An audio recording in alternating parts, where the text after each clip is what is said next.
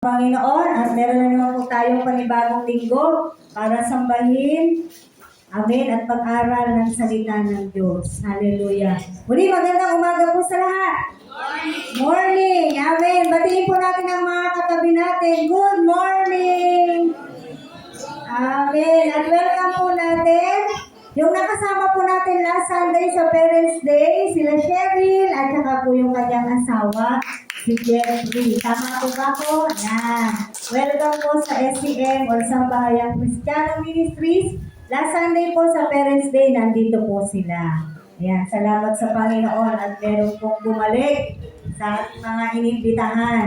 Amen. So bago po ako magsimula, baka makalimutan ko na naman, ay magpapatotoo po muna si Nanay Saleh. Di ba? Na, ikaw na muna para sigurado. Abot ko na lang po yung mic. Sige po, sige po. Thank you, Pastor. Dapat nga last Sunday ako nag-testimony ay nakita ko parang very madaming activities last Sunday. Kaya ngayon po, dahil Yahweh, isa ka lang namin sinasabi ng Panginoon. Lord, thank you sa kagalingan, kabutihan na ginawa mo sa akin.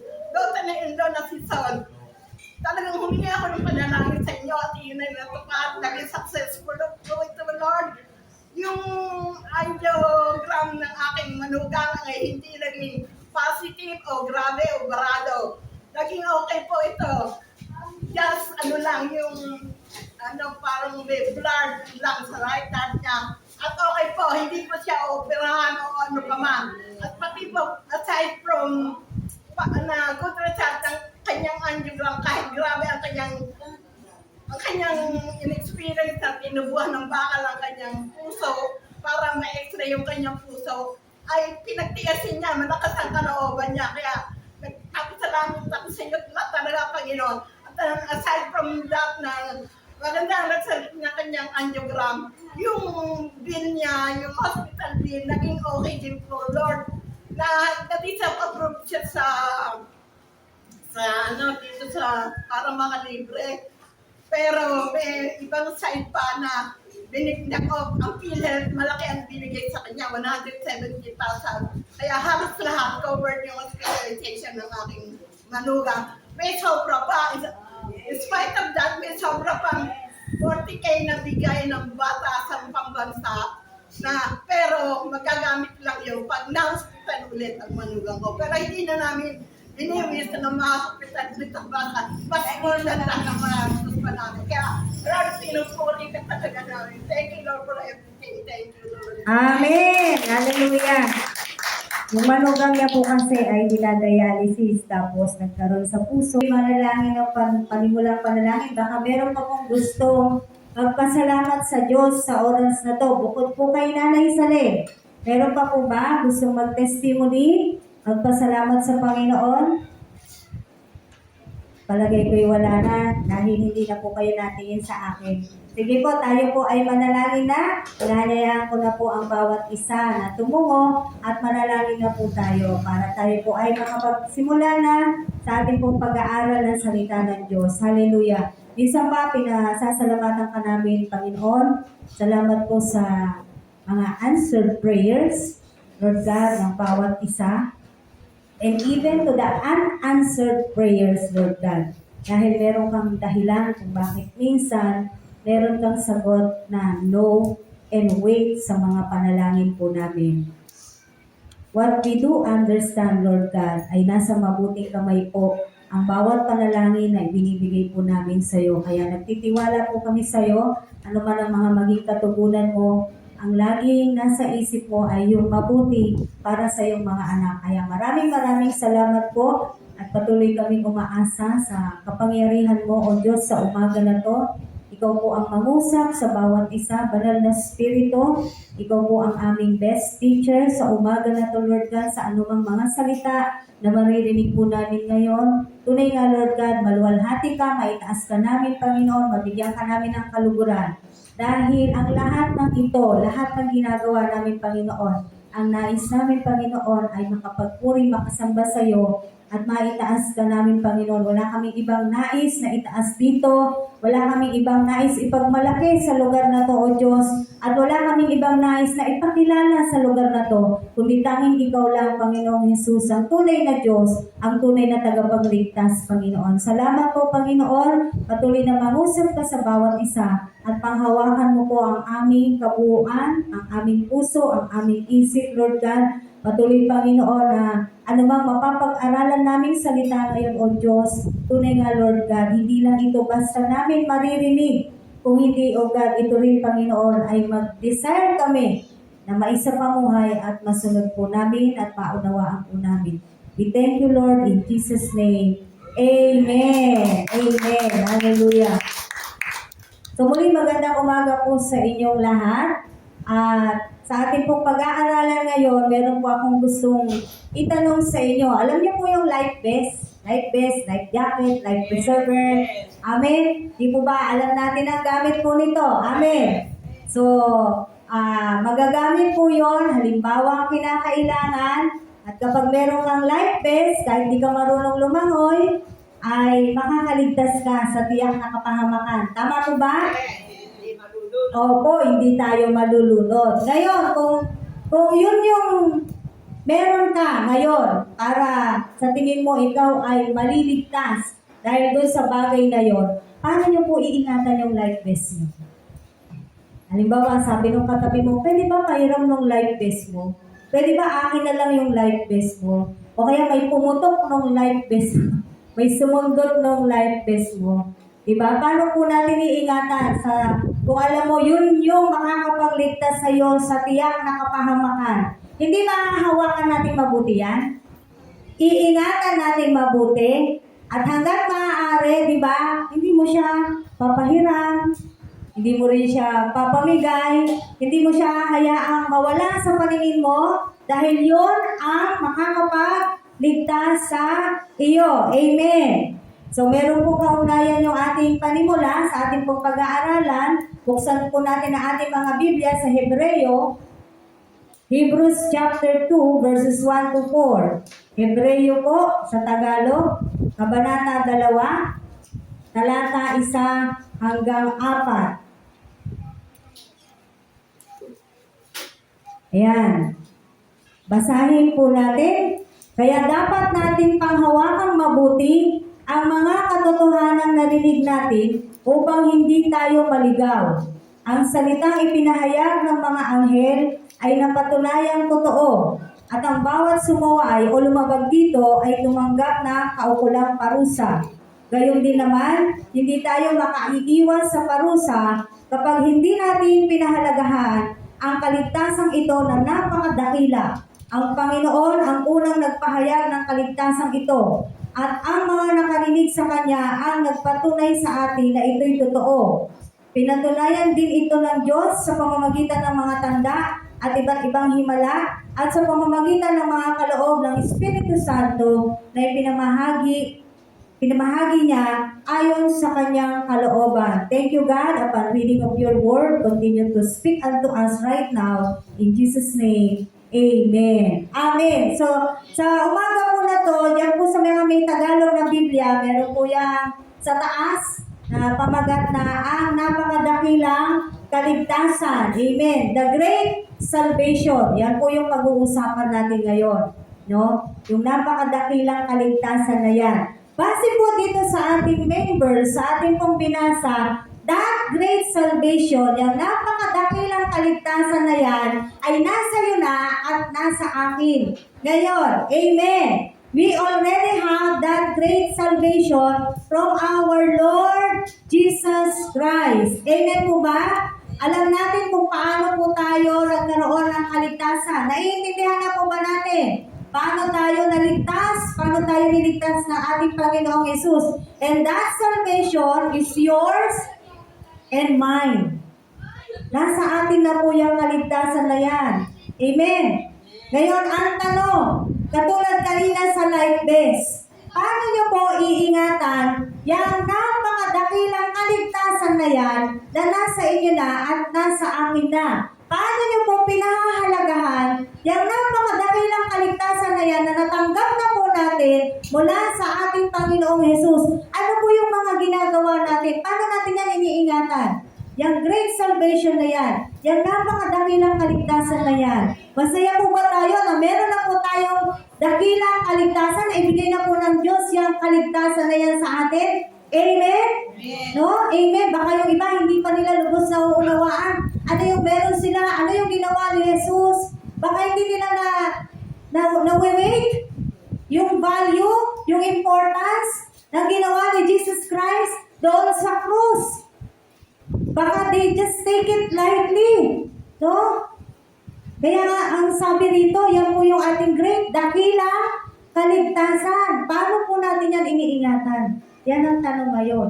Paano po yan pinahahalagahan? Yang dakilang kaligtasan na yan na meron na ang bawat isa. Lahat ng tumanggap at nananalig sa Panginoong Hesus at sumusunod sa Panginoong Hesus ay merong dakilang kaligtasan. Amen. So pag-usapan po natin ngayon yung tatlong implications or pahiwatig. Anong pinapahiwatig ng verse na to na ating pong pinag-aaralan? Kung paano po natin maiingatan, paano po natin napapahalagahan o bibigyan ng halaga itong pong dakilang kaligtasan na meron ang lahat ng nananampalataya sa ating Panginoong Jesus. So meron po tayong tatlong bagay na pag-uusapan sa umaga na to. Una, we must heed Jesus' message. Ano pong ibig sabihin ng heed? H-E-E-D.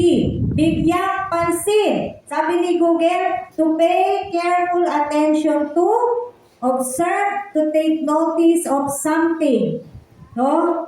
Bigyan mo siya ng careful attention. Bigyan mo siya ng pansin. We must heed Jesus' message. Sabi sa verse 1 ng chapter 2 ng verse po natin, kaya nga dapat nating panghawakang mabuti ang mga katotohanan narinig natin upang hindi tayo maligaw. Meron na po tayong katotohanan. Hold firm to the truth. And what is the truth? Yung salita ni Jesus Christ. And what is the truth? Si Jesus Christ mismo na siya nagpapalaya sa atin. Napalaya na po tayo sa mga kasalanan. Naligtas na po tayo sa kasalanan. Sabi po sa John 8:31 to 32. Buksan po natin. John chapter 8 verses 31 to 32. Bubuksan po natin yung ating mga Biblia para nakikita niyo po yung ating pong mga binabasa at pinag-aaralan. Sabi po rito, sinabi naman ni Jesus sa mga Hudyong naniniwala sa Kanya, kung patuloy kayong susunod sa aking aral, tunay nga kayo'y mga alagad ko. Makikilala ninyo ang katotohanan at ang katotohanan ang magpapalaya sa inyo. Sa ibang version, in King James Version, you shall know the truth and the truth will set you free. Anong sabi ni Jesus po dito sa ating pong binasa sa John chapter 8 verse 31 to 32? Kung patuloy po nating sinusunod, amen, yung aral ni Kristo. Yan. Kung patuloy kayong susunod sa aking aral, isang katunayan na ikaw ay tunay na alagad ng Diyos. Makikilala ninyo ang katotohanan at ang katotohanan ang magpapalaya sa inyo. Amen. At ano yung katotohanan na yan? Si Kristo ang tagapagligtas. Na si Kristo ay Diyos. Na si Kristo ang mabuting balita. Na si Kristo ay nagdala ng mabuting balita, na si Kristo ang napako sa krus. Napakarami pong katotohanan na ngayon po alam na nating lahat. Amen? What I'm trying to say is, alam na natin yung mga sinabi ko. Hindi natin alam lahat, pero yung mga sinabi ko, alam nyo na, narinig nyo na. Tama po? So malaya na po tayo. Alam na natin yung totoo. Hindi na tayo nakatalikala. Hindi mo pwede sabihin, ay hindi ko alam yun na. Hindi ko narinig na si Kristo pala yung tagapagligtas. Hindi ko nalaman na si Kristo pala yung napako sa krus dahil sa aking mga kasalanan. Simula pa po noon, hanggang ngayon, yung turo na yan hindi po nagbabago. Amen. Ang katotohanan nasa atin na. Paano po natin yan iniingatan? Paano mo yan pinahahalagahan? Yung katotohanan na binigay mismo ng ating Panginoong Yesus. Sabi po sa Galatians 1:6, 6 to 9. Galatia sa Tagalog, Kabanata 1. Talata 6 hanggang 9. O 10.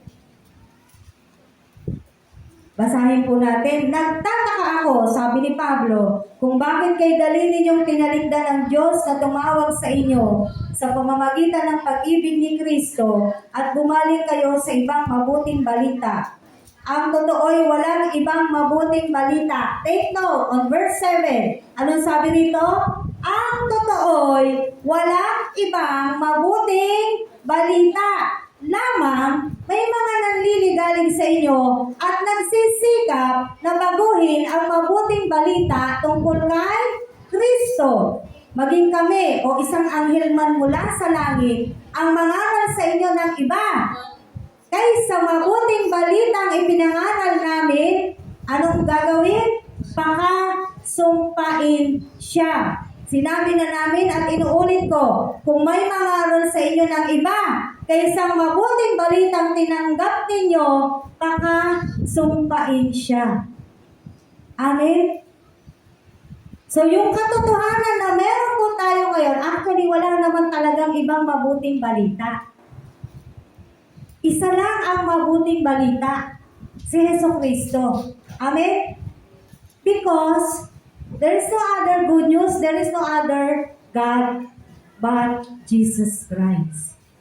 Wala na, sino, may naiisip pa po ba kayo kung sino pa makakapagligtas sa inyo? Aside from Jesus Christ.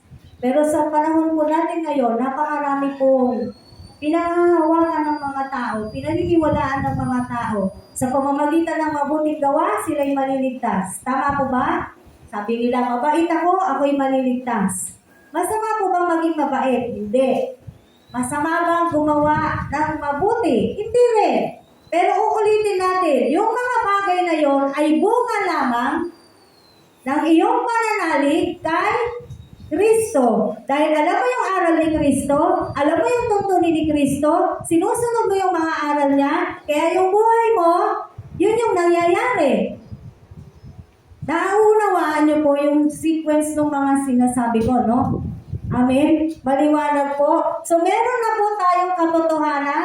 Kaya kung merong ibang tagapagturo na dala-dala niya ay ibang turo, anong sabi ng Biblia? Pakasumpain siya. Dahil walang ibang mabuting balita kung hindi yung mabuting balita na nag-iisa na nasa Biblia. Remember the 5 solas, and one of which is sola scriptura.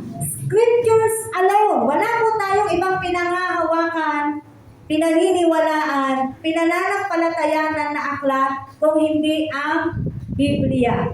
Amen. Dahil yung mga ibang nasulat na magagandang aklat, alam niyo po ba, inako din naman nila yon sa Biblia. So yung katotohanan, nasa atin na. There is no other truth. Wala nang ibang katotohanan. Kaya pag mayroon kayo, sa ngayon po kasi dami nagtuturo. Tama po ba? Sa social media, mag-focus ka ng social media. Ang daming nagtuturo. Maganda yun. Nagtuturo po sila ng salita ng Diyos. Mag-iingat din po kayo at dapat, ito yung sinasabi natin. Dapat, alam mo, kung yung tinuturo nila ay totoo o hindi. Dapat alam mo kung ang tinuturo nila ay mula sa Biblia o hindi.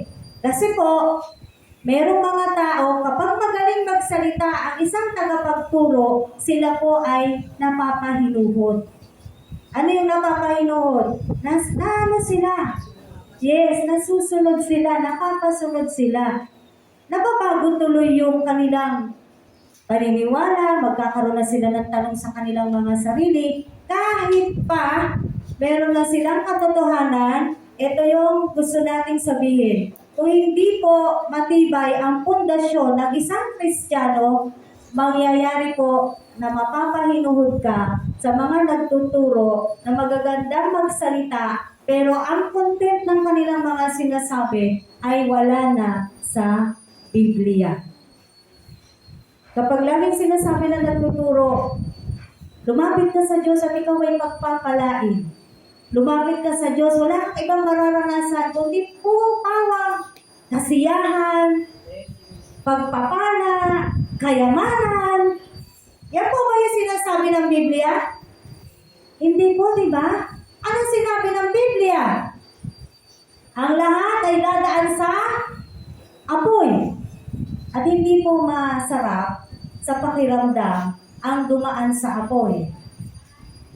Kaya meron tayong mga problema. We have struggles in life. Merong mga trials, may mga hindrances, may mga obstacle, may mga sakit, at kung ano-ano pa. Bakit? Dahil ang Kristiyano kailangan dumaan sa apoy. Bakit? Para makita kung ikaw ay tunay. Tama po ba?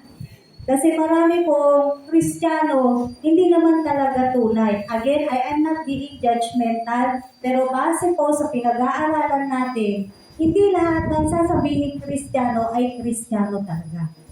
Tama po ba? Romans 6:22.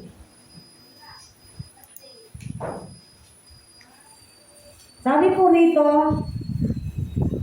ngunit ngayong pinalaya na kayo mula sa kasalanan at mga alipin na ng Diyos, ang natamo ninyo'y kabanalan at ang kauuwi ay buhay na walang hanggan. Lahat po tayo, ito po yung gusto natin. Ito yung pinag-pray natin. Kaya po tayo nananalig sa ating Panginoong Diyos dahil ang gusto natin magkaroon tayo ng buhay na walang hanggan sa piling po ng ating Diyos. Wala naman siguro sa atin dito na gusto ng eternal life sa piling ng kaaway ng Diyos. Tama po ba? Pero tayo po ay pinalaya na, sabi nga rito, mula sa kasalanan, at ngayon, hindi na po tayo alipin ng dyablo. Alipin na po tayo ng Diyos. No? At ang natamo natin ay kabanalan, at ang kauuwi ay buhay na walang hanggan. Ito po yung sinasabi natin. Ang tunay ng Kristiyano, may evidence yan. May mga pruweba, may makikita sa buhay niya, may makikita sa taong tunay na Kristiyano if he is a real Christian. If he or she is a true Christian. These are the evidences ng isang taong naligtas. Lalabas yan sa buhay niya. Kahit hindi siya magsabi na, uy, alam mo ba, born again ako? Kahit hindi niya sabihin yon, makikita sa kanya na siya ay naligtas na dahil sa kanyang pamumuhay. Ano yung pamumuhay niya? Meron na siyang kabanalan. Uy, wala namang talagang banal. Wala namang makakaabot ng maging banal. Again, ulitin natin, the real meaning of holiness is separation from the world. Hiwalay ka na sa mundo. Anong ginagawa ng mundo ngayon? Napakadami. Yung mga ginagawa ng mundo ngayon, hindi po yun kagustuhan ng Diyos. Marami sa ginagawa ng sanlibutan ngayon ay hindi po ikinatutuwa ng Diyos. Tama? So being holy, you are already separated from the world. Kung anong ginagawa ng mundo, ng sanlibutan, hindi dapat ginagawa ng isang tunay na mananampalataya. Amen po ba? Kung sila po ay patuloy na sumasamba sa Diyos-Diyosan, ang isang tunay na Kristiyano, hindi na yan magtataksil sa Diyos niya. Dahil isa lang ang Diyos niya. Magiging loyal siya sa Diyos niya. Magiging tapat siya sa Diyos niya. Magiging faithful siya sa Diyos niya. That's how you hold the truth. That's how you hold the gospel. That's how you hold the great salvation that is already in you. Ingatan ko to ba? Bigay to ng Diyos sa akin eh. Tama po ba? Ingatan ko itong mabuti. Hindi lahat merong ganito. Ano sabi sa Mateo? Yung kayamanan, yung perlas na mahalaga. Pag natagpuan mo na, di ba yung lalaki, according dun sa kalinhaga, natagpuan niya yung perlas na mahalaga, binenta niya yung ari-arian niya, at binili niya yung perlas na mahalaga. Sa buhay po natin, maraming mahalaga. Dito sa mundo, maraming mahalaga. At isa sa pinakamahalaga doon, nasasabihin natin mga tao ay pera. Dahil hindi ka mabubuhay sa mundo to na wala kang pera. Totoo po yan. Hindi ko po yan pinagsisinungalingan. Amen. Dahil yan po ay totoo. Pero bilang ikaw ay Kristiyano, ano ang dapat mong inuuna? sino ang dapat mong inuuna? At kung tayo po'y Kristiyano, anong sabi sa Hebreo? The just shall live by faith. Ang buhay po natin ay nakaayon na sa ating mga pananampalataya. Amen. So hold fast, hold firm to the truth. Panghawakan niyo po yung katotohanan na meron na po kayo. Kasi po sa panahon po natin ngayon, marami po ang nagtuturo, kailangan mag-iingat po tayo. Hindi ko sinabing huwag niyo silang pakinggan. Maganda nga yun, napapakinggan niyo sila eh. Kasi kayo mismo, matitest niyo yung sarili niyo kung kaya kong arukin at unawain alin yung galing talaga sa Diyos, galing sa Biblia, at alin ang hindi. Tama po ba? Kaya hindi po bawal sa atin na makinig sa ibang nagtuturo. Pwede po, as long as kaya mong panindigan yung katotohanan na nasa iyo na. Dahil wala pong ibang totoo, uulitin natin, Galatians 1, verses 6 to 9. Ang sabi ni Paul, pag merong ibang nagdalang mabuting balita, aside sa mabuting balita na binigay namin sa inyo, pakasumpain siya. Dahil walang ibang mabuting balita. Si Kristo lang. Amen? Kaya nga sabi sa John 14:6, Jesus said, I am the way, the truth, and the life. No one comes to the Father except through me. Kaya ano bang daan ang hahanapin mo? Ano bang katotohanan ang hahanapin mo? Saan bang buhay ang gusto mo? Lahat na kay Kristo na. At yun ay nasa iyo na, kapatid. Hindi ka ba masaya nun? Yung bagay na yun ay nasa atin na. Ang tanging gagawin natin, sabi nga dito, we must heed Jesus' message. Pahalagahan po natin yung mensahe ni Kristo. Amen. I hope you are reading your Bible kahit hindi po linggo. No? Mag-aral po tayo, magbasa po tayo ng ating mga Biblia. Hindi lang po araw ng linggo o kapag may service, saka lang kayo magbubukas ng Biblia. O kapag na-assign ka, saka ka lang magbubukas ng Biblia. Bilang Kristiyano, anong sabi ng Joshua 1:8? Meditate thy word day and night. Tanungin nyo na lang yung sarili nyo kung nasusunod nyo yung day and night. Upon meditating the word, sabi nga doon, meditate, hindi read eh. There's a big difference between the word, but the two words, read and meditate. Alam nyo na yon, tama po ba?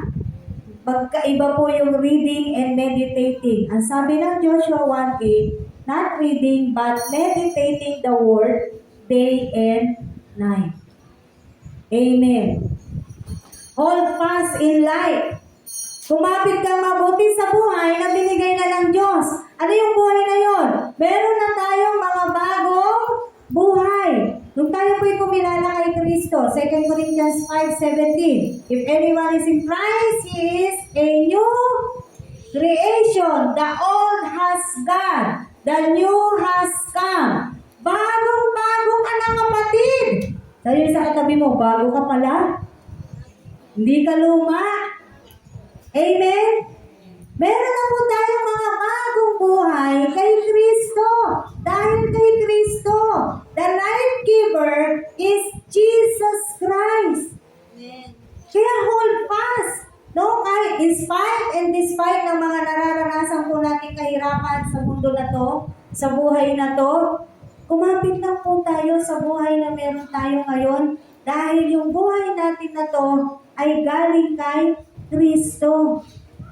Sabi nga po sa madalas na sinasabi natin, kung ano man yung kahirapan na pinagdadaanan po natin ngayon, hindi pa po dumadalang ang dugo natin sa paglilingkod sa Diyos. Tama po ba? Sino rito nabugtong na dahil siya ay nag-evangelize or nag-share ng Word of God? Wala pa naman, di ba? Unlike the apostles of Jesus Christ, unlike ng mga unang Kristiyano sa history po natin, mga sinusunog sila ng buhay dahil lamang sila ay nag-translate ba yung tamang term doon? Si Tyndale? No? From the original language of the Bible, ginawa ng English Di ba galit na galit sa kanya, sinunog siya ng buhay. Si William Tilday. Kung tutusin, kasalanan ba yun? Sa kanila, sa mga kaaway ng Diyos, yun ay napakalaking pagkakasala. Amen. Hold fast in life. Kung ano man po yung meron tayong problema ngayon, meron po tayong kabigatan ngayon, meron po tayong suliranin ngayon, meron po tayong struggle ngayon. Lahat naman ng tao meron yan. Tama ba? Wala pong tao na walang problema. Lahat po may problema. Lahat po may mabigat na pinagdadaanan. Iba-iba nga lang po siguro tayo ng sitwasyon. Pero ang gusto ko natin sabihin dito, kapit lang. Kapit lang sa Diyos.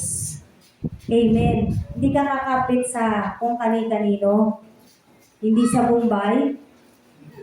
O hindi kung kanino pa man. Kung hindi sa Diyos. Kapit lang po tayo sa Diyos.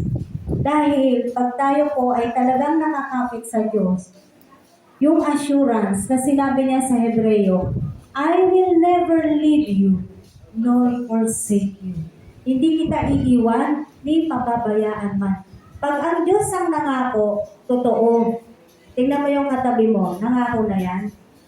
Lahat ba ng pinangako niya, natupad niya? Oh, sige nga. Lahat ba ng pangako nyo, natupad na? Di ba hindi? Minsan sinasabi mo lang para tumigil lang yung kausap mo.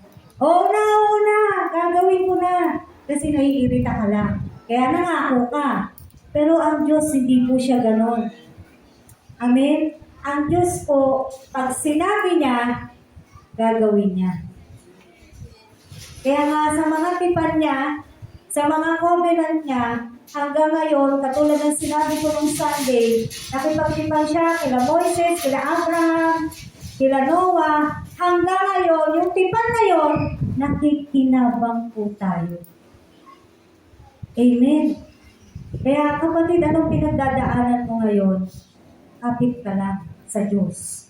No? Pangalawa, paano natin mabibigyang importansya, maiingatan itong kaligtasan, the great salvation that we have? We must not neglect Jesus' message. Anong sabihin mo ng neglect? Tagalog? Pabayaan, no? Huwag mong pabayaan o huwag mong kakaligtaan ang mga mensahe ni Jesus Christ. Balik po tayo dun sa ating main verse, Hebreo 2, verse 2. Ang salitang ipinahayag ng mga anghel ay napatunayang totoo at ang bawat sumuway o lumabag dito ay tumanggap ng kaukulang parusa. Sinasabi mo rito yung binigay kay Moises na 10 Commandments. Gayon din naman, hindi tayo makaiiwas sa parusa kapag hindi natin pinahalagahan ang kaligtasang ito na napaka-dakila. Ang Panginoon ang unang nagpahayag ng kaligtasang ito at ang mga nakarinig sa Kanya ang nagpatunay sa atin na ito'y totoo. Napakaraming saksi ni Jesus Christ na pinatunayan nila na totoo ang kaligtasan, totoo si Kristo, totoo ang mabuting balita. Amen. Kaya sabi po rito sa verse 3, no? Hindi tayo makaiiwas sa parusa kapag hindi natin pinahalagahan ang kaligtasang ito na napaka-dakila. Pero mo nasa iyo na, pinababayaan mo pa? Hindi mo binibigyan halaga? Hindi mo binibigyan pansin? Bakit? Madalas sa tao, ganito po ang kaisipan ng tao. Mabait naman si Lord. Yan, di ba? Mabait naman si Lord. Maintindihan niya ako kung ba't ko ito ginawa. Mabait naman si Lord, kahit hindi ako sumamba, maintindihan niya ako. Mabait naman si Lord, kahit ganito yung gawin ko, magbisyo pa rin ako, maintindihan ako ni Lord.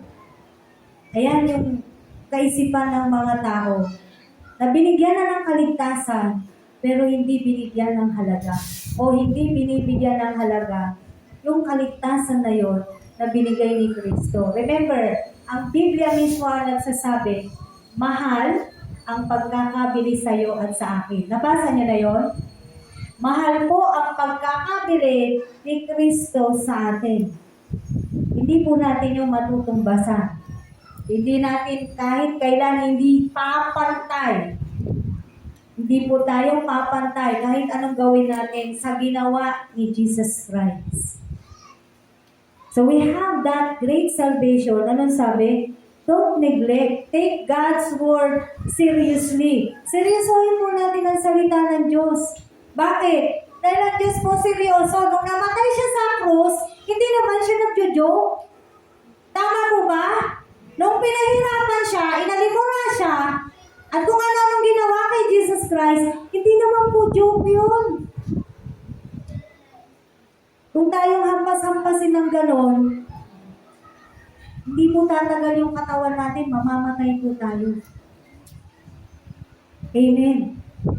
So take the word of God seriously. Upon taking it seriously, alam natin na pagka seryoso po tayo sa salita ng Diyos, pinapahalagahan natin ang salita ng Diyos, yun yung sinasabi ko, meron po itong bunga. Nagkakaroon ito ng bunga.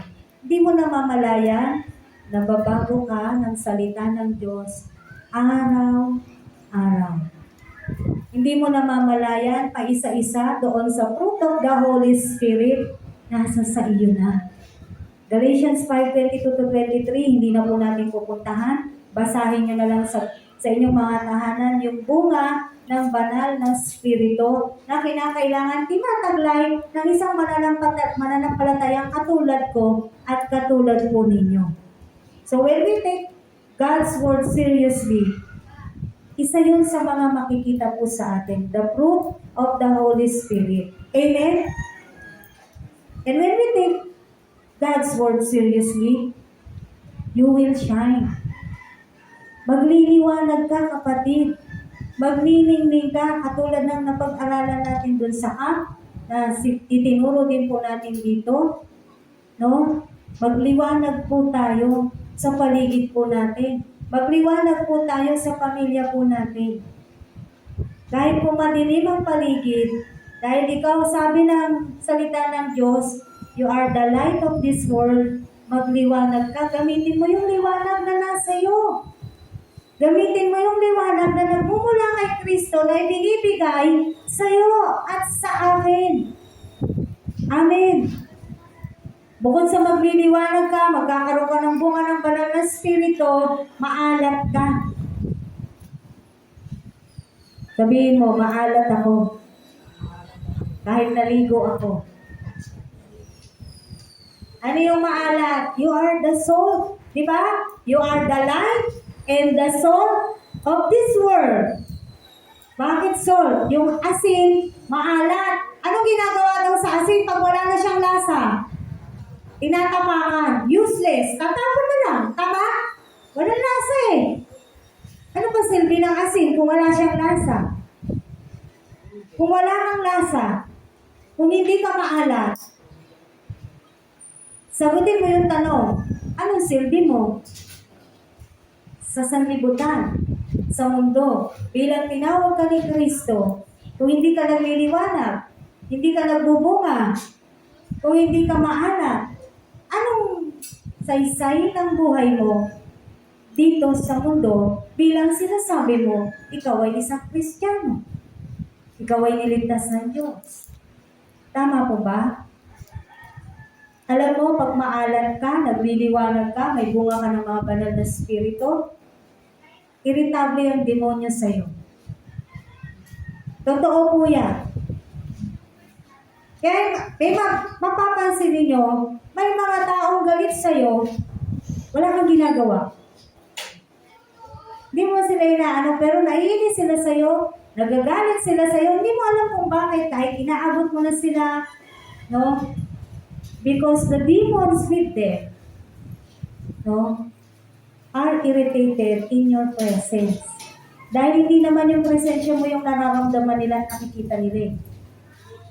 Ang Diyos, yung presensya ng Diyos, dahil nagliliwanag ka, dahil nagsiseryoso ka sa salita ng Diyos, dahil sinasapamuhay mo ang salita ng Diyos, kaya yung demonyo galit sa'yo.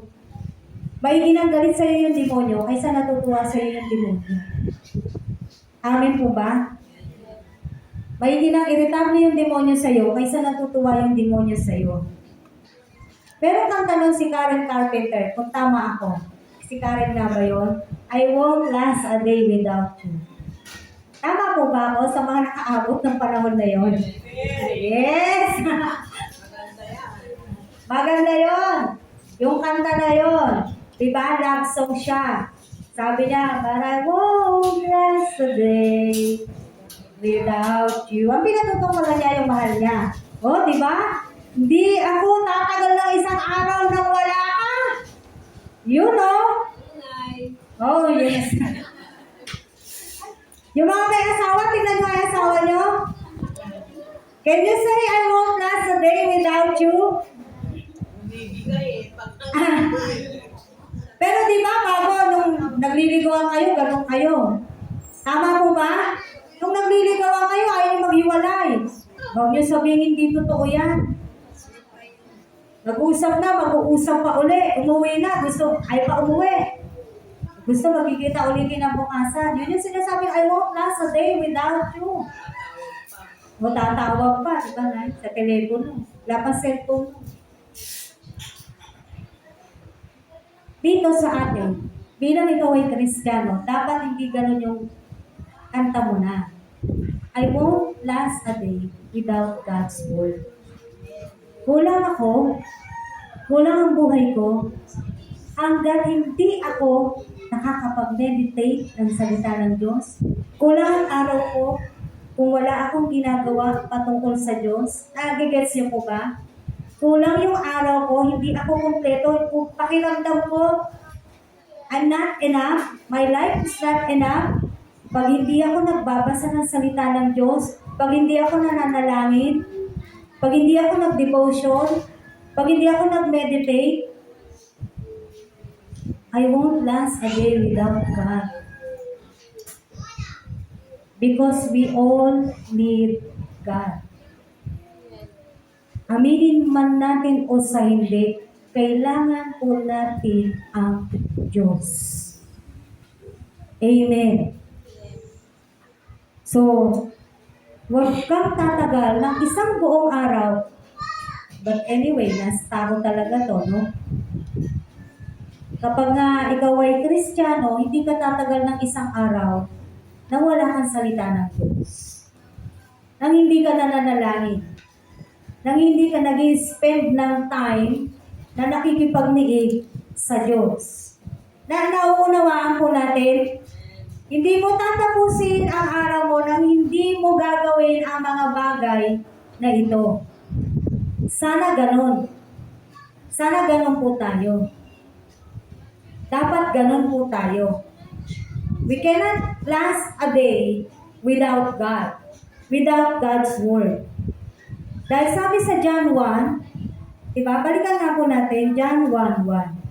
Bakit ano ba yung salita? Ito lang naman po yung salita, kaya gusto natin ng bigyang halaga. John 1:1. Sa Tagalog 1. Nakita nyo na po? Sa pasimula pa ay naroon na ang salita. Yung salita po dyan, nakakapitalize yung beginning of the letter. Amen? Ibig sabihin, ito po ay merong pinatutungkulan. Kasama ng Diyos ang salita, at ang salita ay Diyos. Maliwanag? Kaya ganun po natin gustong pahalagahan. Ganun natin gustong bigyan ng importansya ang salita, the scriptures, the word of God, the God itself. Amen. Mga kapatid. So, let us not last a day nang wala tayong pakikipagniig sa ating Diyos, sa ating Hari, sa ating tagapagligtas. Sabi po sa awit 119, alam niyo po napakaganda ng Psalms 119. Lahat po ng patungkol sa salita nandito, mababasa po natin. Psalms 119, pipili na lamang po tayo, verse 9 to 11.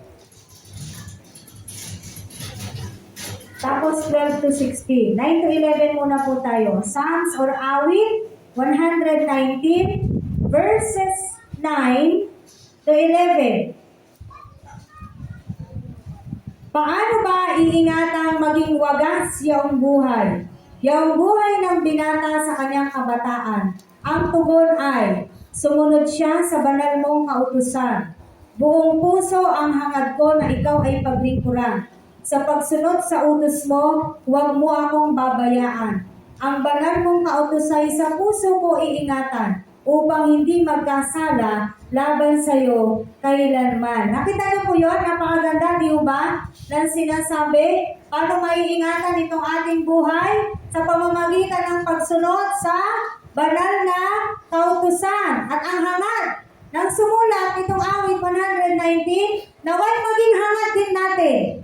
Buong puso ang hangad ko na ikaw ay paglingkuran. Sa pagsunod sa utos mo, huwag mo akong babayaan. Bakit? Ba't ganun yung sinabi ng writer? Kasi sa pagsunod natin sa kautusan ng Diyos, marami pong hadlang. Maaaring, ano yun, yung tatapilukin ka ng kaaway. Yung gaganyain ka niya, o dadapain ka niya, no? Taka? Ayun. Oo, ganun. Kaya sabi niya, sa pagsunod sa utos mo, huwag mo akong babayaan. Ang banal mong kautusay sa puso ko, iingatan, upang hindi magkasala laban sa iyo kailanman. Verse 12 to 16, basahin po natin. Pupurihin kita, Yahweh, ikaw ay aking pupurihin. Ang lahat ng tuntunin mo ay ituro mo sa akin. Ang lahat mong mga utos na sa akin ibinigay, ano daw gagawin niya? Palagi kong uusalin. Malakas kong isisigaw. Hindi siya nahiya. Hindi siya mahihiya sa salita ng Diyos. Amen. Verse 14. Nagagalak. Ayun o. Nagagalak na susundin yaong iyong kautusan. Higit pa sa pagkagalak na dulot ng kayamanan. Ako'y laging mag-aaral sa lahat ng tuntunin mo upang aking maunawa, magbubulay-bulay ako. Sa bigay mong kautusay, lubos akong nalulugot, iingatan sa puso ko upang iyo'y di malimot. Napakaganda ng layunin ng sumulat na to. At nawa, ganon din po tayo. Ganon natin ginugusto na sumunod sa kautusan ni Yahweh. Ganon natin ginugusto, nilalagay sa puso natin itong aral, itong salita ng Diyos. Tama po ba? No? Ganon natin iniingatan para sabi niya, para di ako magkasala. Maingatan po ito sa puso ko ang iyong mga kautusan. Tama po ba? At ano pa? Naway nalulugod po tayo katulad ng sumulat ng awit na ito. Siya'y nalulugod sa kautusan ng Diyos. Pero sa panahon natin ngayon, ang mga bata, pag inutusan mo, hindi sila nalulugod. Sunod-sunod. Tama po. Sa mga anak ninyo, anak-anak po natin, pag inutusan, parang hindi ito nakakalugod sa kanila. At ang lagi nilang isasagot, wait lang. Yan. Diba? Pero bilang mga mananampalataya, dapat tayo po ay hindi maging katulad ng mga bata na halos ayaw mautusan. And by the way, in relevance with the Parents' Day, doon sa inaral natin ng linggo, dahil napakabilis lang ng oras ko, huwag nyo rin namang hahayaan na maging ganon lumaki yung anak ninyo na halos ayaw sumunod. Huwag nyo pong hahayaan. Huwag nyo ito tolerate. Huwag nyo rin gagawin yung, sige na, gawin mo lang to, bibigyan kita ng ganito, bibigyan kita ng ganito, bibigyan kita ng, paano pag wala ka nang mabigay? Hindi na susunod yan. Tama? Pag wala ka nang mabigay, hindi yan susunod. Tapos sasabihin mo, ang tigas-tigas ng ulo, ikaw yung nagpamihasa ng gano'n. Ako yun. Na hindi ko yan alam. Nag-confess ka. But then again, dapat matutunan po natin to. Huwag niyong hahayaan ng mga anak niyo hindi sumusunod sa inyo. Para nang sa ganun, bilang kayong magulang, na mananampalataya, sasabihin natin sa kanila, sumunod ka sa Diyos. Eh, ikaw hindi ka sumusunod sa Diyos. Paano yan susunod kung ikaw hindi ka sumusunod? Tama po ba?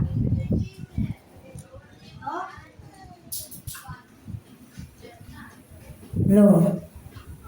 Hindi yan susunod pag hindi ka sumusunod. Kaya gusto natin na ano ba kaya?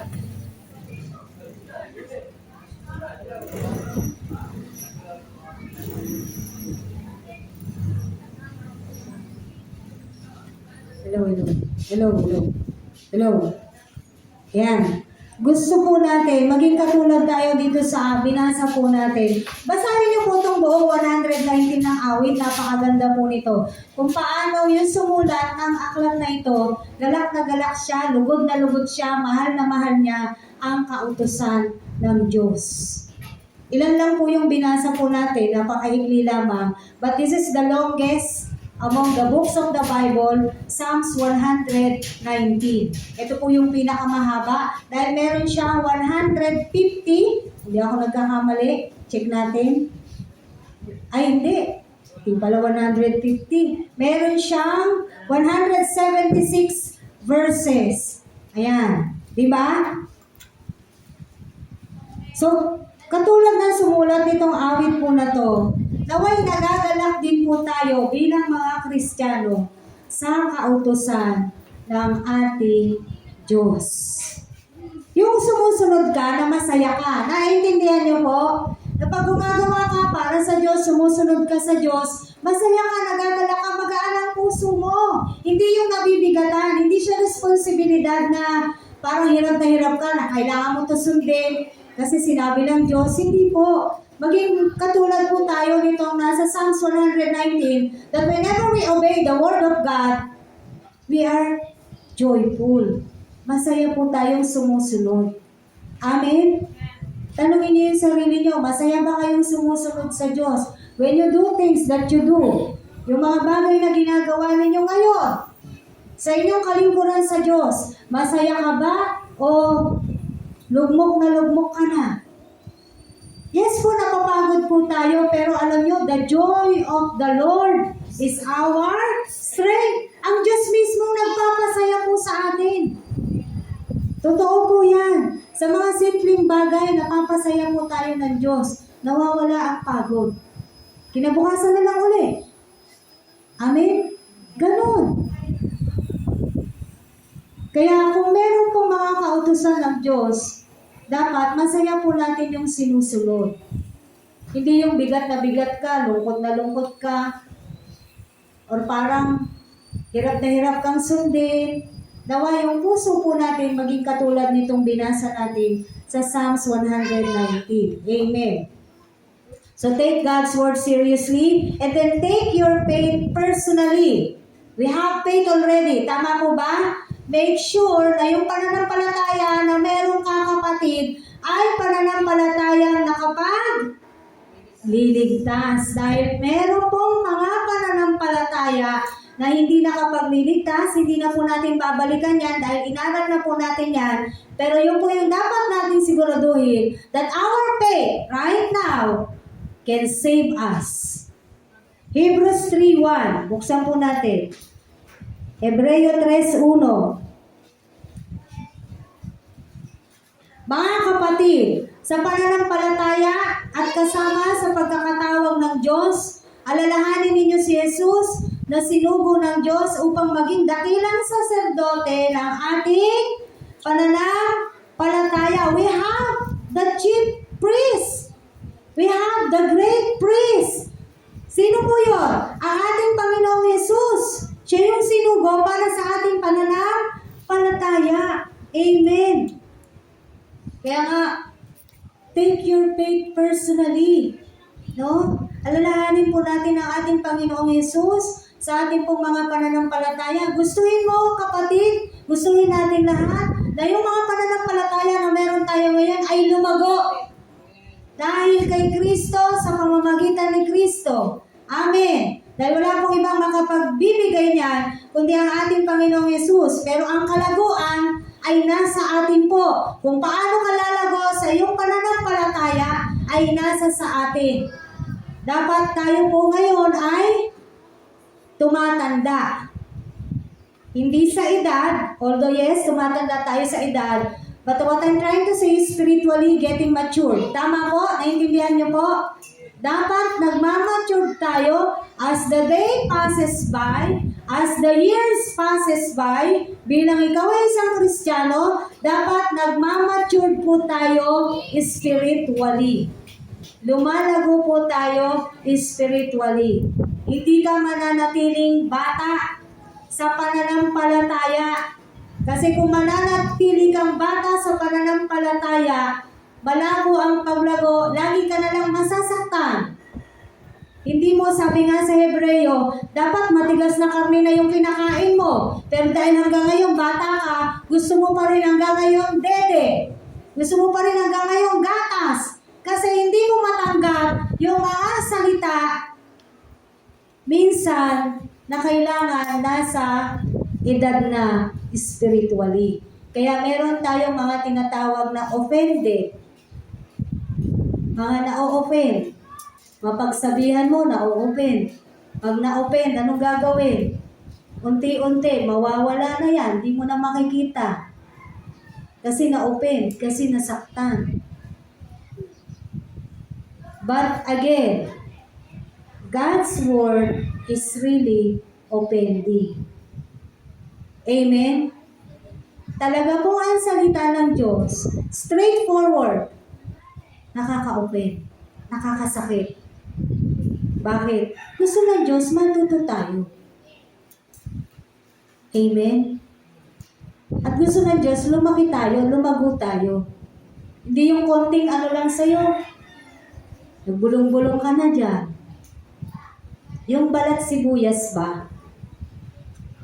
Kaya nga, dati pa po ito, once na pumasok ka sa ministry, lalo na sa music, bawal ang MU.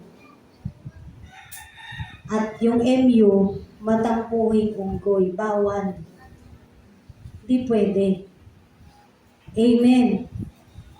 Kasi hindi pwedeng hindi ka i-correct kung mali ka naman talaga. Tama mo ba? Hindi pwedeng hindi ka didisiplinahin kung kailangan kang disiplinahin. According to God's Word. Hindi po, kahit po konti lang tayo dito, lagi ko po itong inuulit-ulit sa inyo. Kahit konti lang po tayo dito, ngayon, kakaunti ang nagmi-ministers, kakaunti ang workers. Sabi ko nga, kahit isa na lang matira dyan, halimbawa sa music, kahit isa na lang matira dyan, kung wala pa talagang nararapat, hayaan mo yung isa. Hahayaan natin yung isa.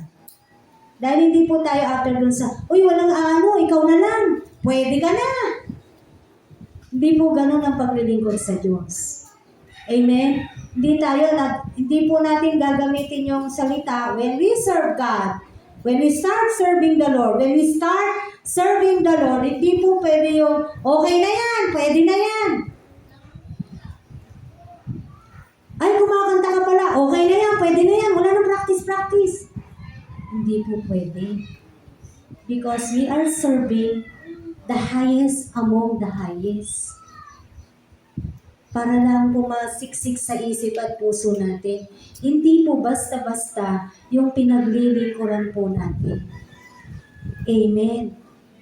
Ang pinaglilingkuran po natin ay Diyos ng mga Diyos, Hari ng mga Hari, banal, napakabanal, very pure, very clean. Kaya hindi po pwede dito yung parang kung ano lang, parang kung ano, pati yung kahit po sa damit, we make it a point na kahit pa paano, hindi ko sinabing magparong Tagalog kayo, di ba wala naman? Pero presentable. Nagigets niyo po? Presentable. Amen. Dahil gusto natin, kahit po sa outside appearance po natin, dapat nandoon ang paggalang sa Diyos. Amen. Kumaya sasabihin nyo, di ba sabi si Samuel, God looks at the heart and not to the outside appearance. Totoo po yun. Hindi ko rin naman pasisinungalingan yan kasi nasa Biblia yun. Pero kaya yun sinabi, dahil sa paano pipili ng hari, babasahin natin yung buong context para na sa ganon, alam natin yung pinagmulan, bakit yun sinabi, yung verse na yun, no? Kasi yun yung paraan para makapili sila ng tamang hari according to God's plan, according to God's word. Amen. Kaya yun sinabi. So tayo, kung tunay po tayong sumasamba, sumusunod, seryoso po tayo sa ating pananampalataya, kahit po sa outside appearance po natin, lalabas po yan. Amen. Lalabas yan.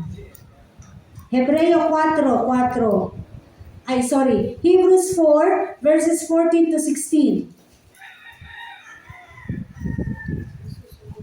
Hebrews 4, verses 14 to 16. Bibilisan ko, mag-aalas 11 na. Magpakatatag tayo sa ating pananampalataya, yamang mayroon tayong dakilang saserdote na pumasok sa kalangitan sa harapan ng Diyos, walang iba kundi si Jesus na anak ng Diyos. Ang dakilang saserdote natin ito ay nakauunawa sa ating mga kahinaan, sapagkat sa lahat ng paraay, tinukso siyang tulad natin, ngunit hindi nagkasala. Kaya huwag na tayong mag-atubiling lumapit sa trono ng mahabaging Diyos at do'y kakamtan natin ang haba at kalinga sa panahong kailangan natin ito. Amen. Sabi po rito, magpakatatag na po tayo sa ating mga pananampalataya. Bakit? Meron tayong dakilang saserdote. Meron tayong kapag-asahan. Tama po ba? At yan ay si Kristo, ang ating Panginoong Jesus, na siyang nakakaunawa po. Walang ibang makakaunawa sa atin kung hindi ang ating Panginoong Jesus, na siya mismo ay sinubok, pero hindi siya nagkasala. Kaya nga siya yung nakagawa ng perfect obedience. Kaya siya rin yung nararapat doon sa pagpapako sa krus. Amen?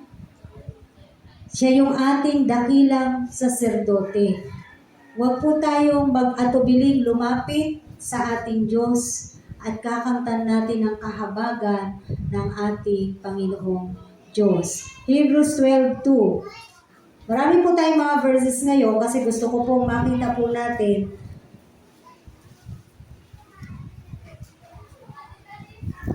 yung pagliliwanag sa ating pong pinag-aaralan. 12:2, Hebreo. Ito ang natin ang ating paningin kay Jesus na siyang pinagmula ng ating pananampalataya at siya rin nagpapasakdal nito. Dahil sa kagalakang naghihintay sa Kanya, hindi niya ikinahiya ang mamatay sa krus at siya ngayon nakaluklok sa kanan ng trono ng Diyos. Amen. Fix your eyes to Jesus, the author and finisher of our faith. The author and perfecter of our faith. Ano pa sabi doon? Hindi niya ikinahiya na siya ay ipako sa krus. Kaya naman sinabi rin ni Pablo, kung si Kristo hindi siya nahiya na ipako siya sa krus. Kung si Jesus Christ hindi siya nahiya na maranasan niya yun, pagdaanan niya yun. Di ba sinasabi sa kanya, o di ba sabi mo hari ka, ba't hindi mo iligtas ang sarili mo ngayon? Tama ba? Nakasulat po sa Bible, nililibak siya ng mga tao. Sabi mo, ikaw yung hari, you are the king of the Jews. Ngayon, ligtas mo yung sarili mo. Ba't di ka bumaba dyan at iligtas mo yung sarili mo? Sa totoo po, nakakahiya yung pinagdaanan ni Jesus Christ eh. Yung kiniklaim mo na hari ka, kiniklaim mo na Diyos ka, pero dinuraan ka lang. Sinampal-sampal ka lang. Hinahampas-hampas ka ng tambo. Nasa Bible po lahat ito ha. Kung nabasa niyo na po, paano po pinahirapan si Kristo? Kung paano siya nilagyan ng koronang tinik. Sabi mo, hari ka ha? O eto. Hindi ba nakakahiya yun? You are claiming that you are God, pero nandun ka, pinahihirapan ka. Sabi mo, powerful ka. Sabi mo, makapangyarihan ka. O bakit ngayon, no? Pinahihirapan ka, sinasaktan ka, binububog ka. Pero pinagdaanan niya lahat yon, hindi niya kinahiya. Bakit? Para sa'yo at para sa akin. Para magkaroon tayo ng kaligtasan. Amen? Kaya nga naman sabi ni Pablo sa Romans 1:16, I'm not ashamed of the gospel, Lord. Sige, buksan nyo. May kanta yun di ba? Hindi ko kinahihiya. Kung si Kristo, hindi niya ikinahiya. Kaya naman si Pablo din, sabi niya, hindi ko ikinahihiya. Ayan, ang mabuting balita tungkol kay Kristo, sapagkat ito ang kapangyarihan ng Diyos sa ikaliligtas ng bawat nananampalataya, unay sa mga Hudyo at gayon din sa mga Griego. Si Kristo hindi nahiya sa pinagdaanan niya, kaya naman malakas din ang loob ni Pablo dahil saksi siya, nakita nila, naranasan nila. Amen po? Kaya sabi ni Pablo, hindi ko rin kinahihiya.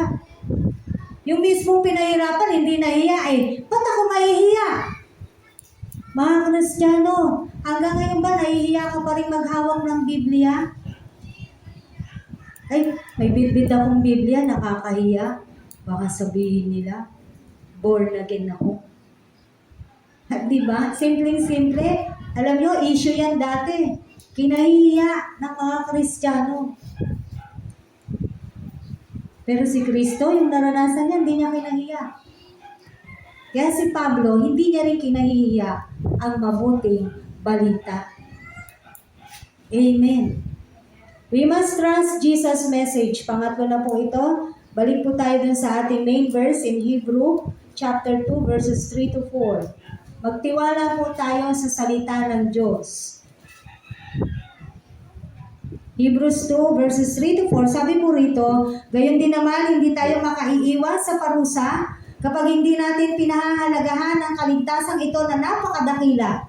Ang Panginoon ang unang nagpahayag ng kaligtasang ito at ang mga nakarinig sa Kanya ang nagpatunay sa atin na ito'y totoo. Pinatunayan din ito ng Diyos sa pamamagitan ng mga tanda at iba't ibang himala at sa pamamagitan ng mga kaloob ng Espiritu Santo na pinamamahagi niya ayon sa kanyang kalooban. Magtiwala po tayo sa mensahe ni Kristo. Dito po sa sinasabi sa atin dahil marami ng patunay. Amen. Sabi nga rito sa verse 4, pinatunayan din ito ng Diyos sa pamamagitan ng mga tanda at sa mga kaloob mula sa Espiritu Santo.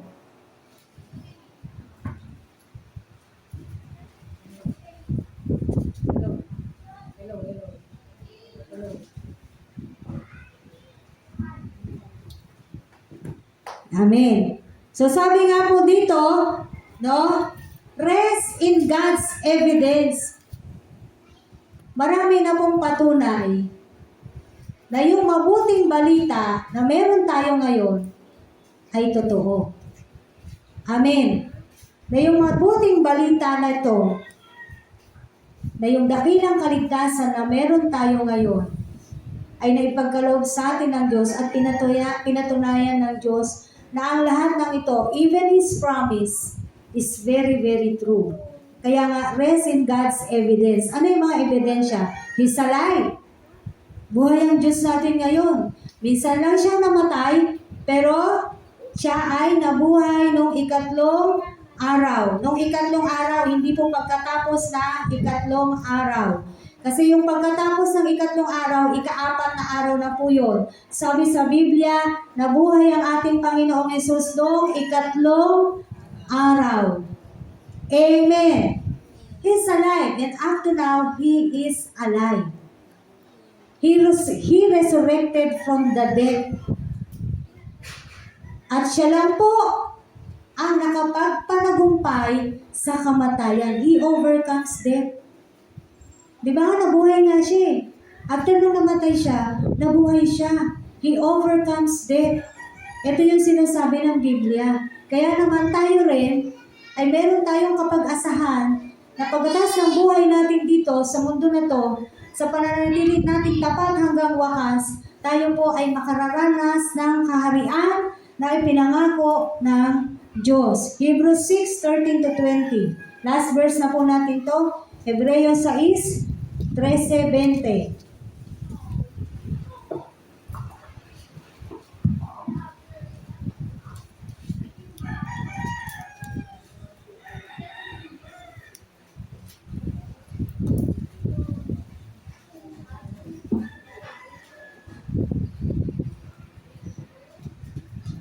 Nang mangako kay Abraham ang Diyos, siya'y nanumpa sa kanyang sariling pangalan.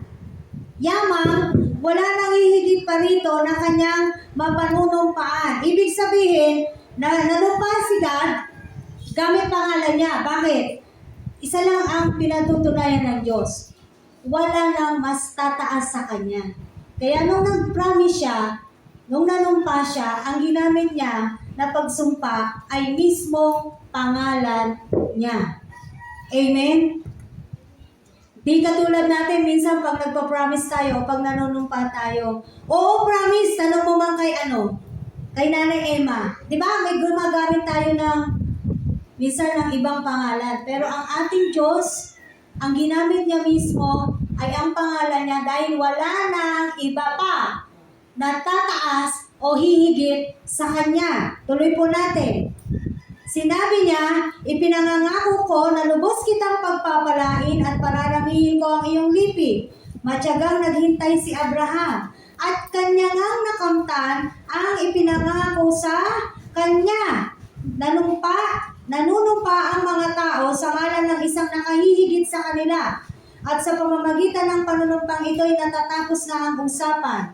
Gayon din naman, pinatibayan ng Diyos ang kanyang pangako sa pamamagitan ng panunumpa upang ipakilala sa kanyang mga pinangakuan na hindi nagbabago ang kanyang panukala at hindi nagbabago ni nagsisinungaling man ang Diyos tungkol sa dalawang bagay na ito, ang kanyang pangako at sumpa. Kaya tayong nakatagpo sa kanya ng kalinga ay panatag ang loob na umaasa sa mga pangako niya. Ang pag-asang ito ang siyang matibay at matatag na angkla ng ating buhay. At ito'y umabot hanggang sa kabila ng tabing sa templong panlangit sa dakong kabanal-banalan na pinasukan ni Jesus na nangunguna sa atin. Doon siya isang dakilang saserdote magpakailanman ayon sa pagkasaserdote ni Melchizedek. Amen. Tiyak po ang pangako ng Diyos. Katulad ng sinabi ko sa inyo kanina, when He promised, He will do it. Kung anong pinangako niya, gagawin niya. Yung halimbawa po, itong binasa po natin na to, nung nangako siya kay Abraham, na dadami ang kanyang lahi. Hindi lang yan yung pangako sa kanya, no? Ano sabi pa? Pagpapalain kita, pararamihin ko ang iyong lipi. Nangyari, tama po ba? Natupad. Ginawa ng Diyos yung sinabi niya kay Abraham. Kahit po inabot po ito ng ilang taon. Nung binigay ng Diyos yung pangako sa kanya na dadami yung lipi niya, Abraham was 75 years old. Tanda na? Yes, matanda na. Kailan siya nagkaanak? 100 years old. Ilang taon yung pagitan ng paghihintay nila? 25 na taon. Pero, kahit pa ganong katagal o ganong kadali, ginawa ng Diyos, tinupad ng Diyos ang kanyang pangako. Kaya doon sa sinabi niya, meron naghihintay sa atin, pinaghanda ko kayo ng mansyon. Di ba? Mababasa natin yan sa 1. Aalis ako, ihahanda ko ang inyong tutuluyan. Tama? Sa Tagalog. At babalik ako para susunduin ko kayo, para doon kayo sa inihanda ko para sa inyo. And that is His kingdom. And God is true to His promise na meron pong kaharian na naghihintay sa lahat ng mga magiging tapat hanggang wakas sa Diyos. Amen. So in conclusion, sa lahat po nitong napag-usapan natin kung paano natin pahalagahan, nandiyan na po sa atin the great salvation, tama po ba? Lagi po natin iisipin, we cannot live alone. We cannot live by ourselves. We need God now, every day of our lives. Ngayon, bukas, magpakailanman. MNK. Tama? Dahil yun po yung tunay. Kailangan po natin ng Diyos. At ano yung aplikasyon natin? Para mapanatili mo yung importansya, para napapahalagahan mo yung salita ng Diyos sa buhay mo. Kapatid, magbabad ka sa piling ng Diyos. Yun yung application. Babad. Babad. Hindi sa social media. Hindi sa cellphone. Magbabad ka sa presensya ng Diyos. Magbabad ka sa pakikipagniig sa Diyos. Hindi sa kung saan-saang bagay tayo magbababad. Amen. Dahil kailangan po natin maging malakas. Lalo na po sa panahon po natin ngayon. Wala po tayong ibang kakapitan at tatawagin kung hindi ang Diyos. Sama po natin sa panalangin yung mga kababayan po natin sa Sarangani. I know you know. 7.8 po yung naranasan nila doon. Almost already 8. At yan po yung pinipredict na pinagpe-pray po natin simula noon hanggang ngayon. Dahil yan sa prediction ng the big one. Amen. Hindi natin masasabi, yan ba'y mangyayari, yan ba'y hindi. But we're praying na mahabag ang Diyos sa Pilipinas na nawa ay wag pong maganap yung bagay na yan. No? Tingnan nyo, pag ganun na yung nangyayari, sino tinatawag ng tao? Ang Diyos. Kailangan pa ba talaga ganun para lang tumawag sa Diyos? Tayo po, wag na natin hintayin yung mga ganun sa buhay natin. Ngayon pa lang. Tama po ba? Ngayon na naririnig natin ang salita, ang tinig ng Diyos. Anong sabi ng Hebreo? Huwag maging matigas ang iyong ulo. Sabihin sa katabi mo, huwag matigas ulo. Babasag yan. Sige ka. Amen. Tayo po'y manalangin. I hope meron po kayong naunawaan sa ating po pinag-aralan kung paano andyan na sa inyo yung life base. Amen. Nasa iyo na lang pag yan ay makakawala ka. Hallelujah. Tayo po'y manalangin. Purihin ka, aming Diyos sa makapangyarihan sa lahat. Maraming salamat po sa napakadakilang kaligtasan na ipinagkaloob mo po sa amin, God. Thank you, Lord God, for that salvation. Thank you, Lord, for your life. Salamat sa iyo mismo, Panginoong Jesus, na laging tunay at tapat sa amin. Kami yung hindi tapat. Kaya naman, Panginoon, ang dalangin namin, O Diyos, palagi naming hangarin, katulad dun sa awit na aming nabasa kanina. Palagi naming hangarin sa aming mga puso, sa aming mga buhay, na masunod ang mga aral mo, ang mga utos mo, ang tutulin mo, na nagagala kami every time na sumusunod kami sa mga kautusan mo. Dahil tinatago namin in our hearts, Lord, sa puso namin yung mga kautusan mo, yung mga salita mo, para hindi kami maging masama, hindi kami makagawa ng kasalanan, makaiwas kami sa kasamaan, makaiwas kami sa mundo na to, dahil kami ginawa mo ng banal at pinapaging banal mo pa kami. You are sanctifying us every day sanctification. Thank you, Lord. Salamat, Panginoong Jesus. Lord, nasa amin na ang dakilang kaligtasan na to.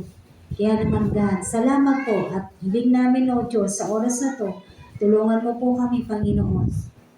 Lahat ng mga napag-aralan namin ngayon, ng mga salita mo, bigyan namin ng pansin ang mensahe mo. Lord God, huwag namin pabayaan kung ano sinasabi mo, God. At patuloy na manangan kami sa iyong pangako dahil ikaw po ay tunay na Diyos at tapat sa iyong pangako. Pangunahan mo po kami palagi, araw-araw ng aming mga buhay. Maghari ka po sa amin, O Diyos, sa amin at sa buong sambahayan po namin.